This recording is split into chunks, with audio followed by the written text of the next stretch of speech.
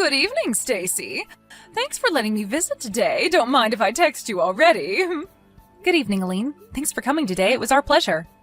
I'm going to be marrying your brother, preferably next month, since, as you know, I'm pregnant with his baby. After that, the two of us are going to be sisters-in-law. Yep, I look forward to it. By the way, you're in your 3rd year of high school and are going to university next year, right, Stacy? Yes. Are you going to be moving out once you graduate high school? I have no plans of moving out as of yet. Why not? Because I'm going to be entering a university that I can go to from home. But it's no use talking about that now. I haven't even taken the entrance examination yet, so who knows what will happen. Well, I guess that's true. Tell me when it's decided, okay? I'll probably be moving in with you starting next month. Oh, is that so? Well, I hope we can get along with each other when that happens. Hi, Stacy. Care to explain what's the meaning of this? What? My wedding ring was found in your room. I was looking for it these past few days since I thought I lost it, but to think that you stole it? Hold on, I did no such thing. But I found it in your room, under your desk as if you were trying to hide it. I probably would have never found it if I didn't happen to decide to clean your room. I've told your brother and your parents about this. Everyone was furious. It seems that you were going to be staying here and go to university from home, but I told everyone that I'm scared of living with a thief when my baby is about to be born, and they all agreed to make you leave the house. But you didn't even listen to what I had to say. This is too unfair. But there was concrete proof that you had stolen it in the form of my ring hidden in your desk. I did no such thing, I promise you. No matter. Just hurry up and come home. Your high school graduation ceremony should be done by now, so hurry up and pack your stuff because you're going to be leaving. I'm telling you, I didn't do it. Hi, Stacy. I'll be kind and ask, but are you unsure of what to do from now? No.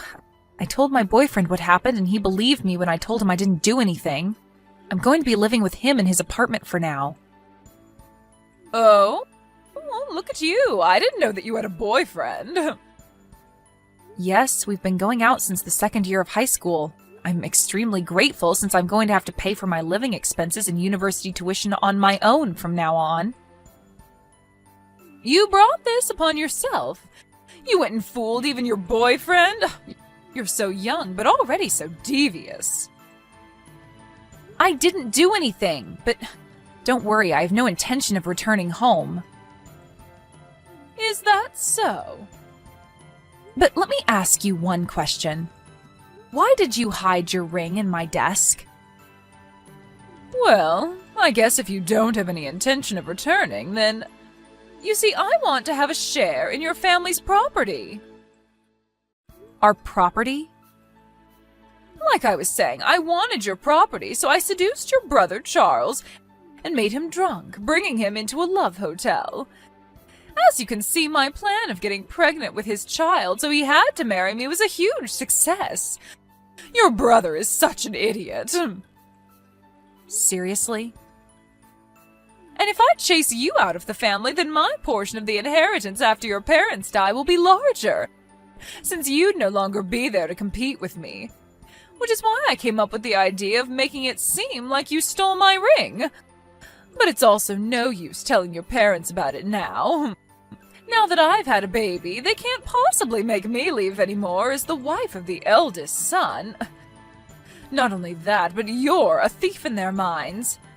Besides, sisters-in-law are such a bother. It makes me laugh no matter how many times I replay it in my mind. Your mother shouting, "Leave the house," and your dad also saying, "Don't come back, thief!" Your brother's reaction was splendid as well. I cried to him saying that you had scolded me, and he got furious at you and said, "You have no right of talking to my wife like that. You're just a child and a thief at that." You're awful, Aline, but I don't need a family that listens to nothing their daughter says either. I'm cutting ties with this family. Oh, I'm glad then. I mean, of course they believed me over you. I'm the one who gave birth to your parents' first grandchild. And as the eldest son's wife, I'm also going to inherit your family's property. No one's going to believe a stupid child saying that she did nothing, even though she has no proof. I wanted to tell you those exact same words myself. What? Once I enter university, I plan on entering the film club. I bought a camera using the money I saved up in high school doing part-time jobs. What? There was one day where I accidentally left the camera recording in my room. You were caught clean on camera hiding your ring in my desk. What? I have no intention of returning home, so I'm not even going to bother showing it to my family, but just remember that I have definitive proof of what you did in my hands. Hold on. I also have our conversation by text as proof as well. Thanks for being cocky and telling me everything. Stop it! Don't forget that I can expose what you did whenever I want. No way! Hey, Stacy!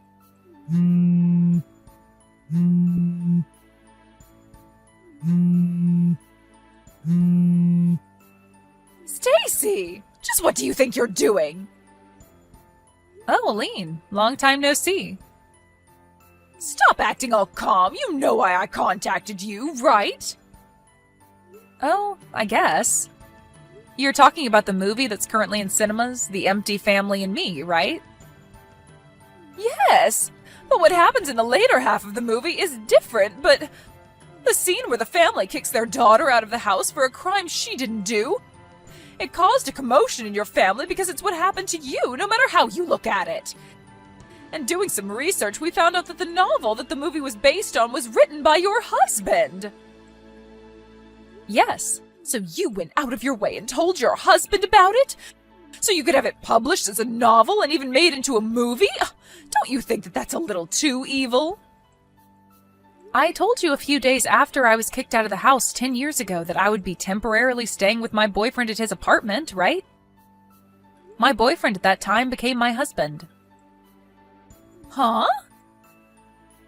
I'm going to tell you this so you don't have any misunderstandings.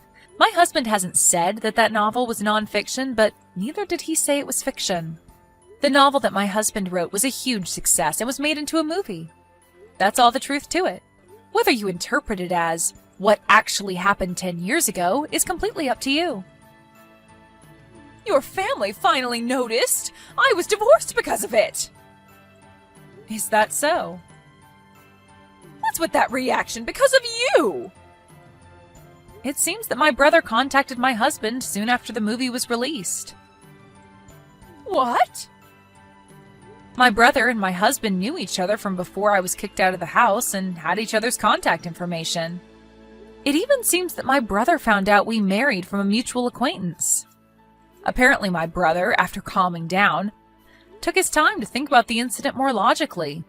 But since all my parents could think about was their grandchild, he couldn't talk to them about it since they would always side with you. He spent the next 10 years unsure as to what really happened. But over time, my parents also started thinking a bit more logically.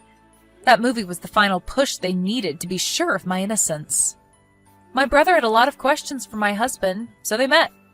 And my husband told my brother everything that I had told him about the incident. Huh? He also showed him the camera evidence and screenshots of the conversation we had on text a few days later after I was kicked out. I had given them to my husband because he said that he wanted to use it as inspiration for his novel. No way! My husband, the author of that novel, he didn't tell me anything about it since I had already given up being reunited with my family. But I guess he just wanted to prove that I was innocent of the crime I was accused of 10 years ago and wanted to tell the world about it in one form or another. At least that's what I think. Are you being serious? Do you know what I had to go through because of that? The baby you gave birth to as part of your plan in making my brother marry you wasn't actually my brother's child, right? It seems that my brother told my husband about that as well. As he grew older, it became more apparent that the child's face and body features didn't look like those of anyone in the family.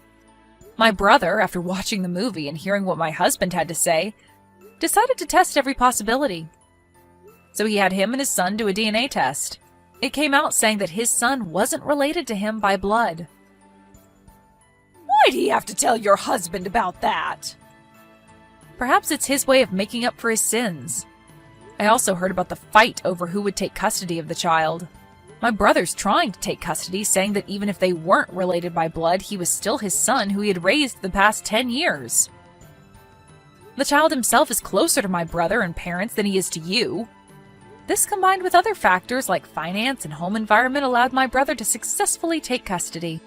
That's what happened, right? It wasn't supposed to go this way. To think that the forced marriage I had succeeded in making happen would fail 10 years later.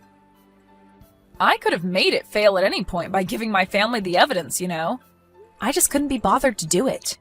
I knew your parents cut ties with you, so I didn't do anything since it might harm your child, who was innocent. What?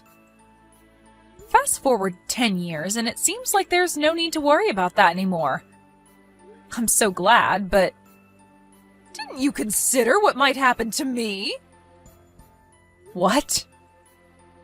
If I'm kicked out of this house, then I'll have nowhere to go. Did you have that in consideration when you let your husband publish his novel? Did I have to have that in consideration? What? You're an adult, right? There's no need for me, a stranger, to have your well-being in consideration. You're not a child who can't live without the help of adults. What? Well then, I guess that's all I have to say. Hold on, Stacy. No matter what you say to me, there's nothing I can do for you. Not that I would, even if I could, though. Stacy! We were sisters-in-law, even if it was just a few months. Surely you must have some compassion left for me. There's no way I would have any compassion for someone like you. Goodbye. A few days later, I got a letter from my family apologizing for what they did, thanks to my husband's words saying that you should at least accept the apology as a way to put an end to this business. The stubborn feelings I had towards my family lightened just a bit, so I promised to exchange New Year's letters with them, even though I have no intention yet of coming home. My ex-sister-in-law Aline, on the other hand, it seems that thanks to the kindness of my brother, she was excused of having to pay child support in exchange for her division of property following the divorce, and the alimony she had to pay for cheating on my brother was basically nothing. But since she had no relatives to rely on and had been spending the past 10 years as a housewife in my parents' wealthy home, she was in huge trouble after my brother divorced her and she was kicked out of their home. She had to find a job as soon as possible, so apparently she just took on a random job that paid well, but it seemed the work environment she put herself in was quite harsh. Now she's forced to work every day on the verge of having a mental breakdown.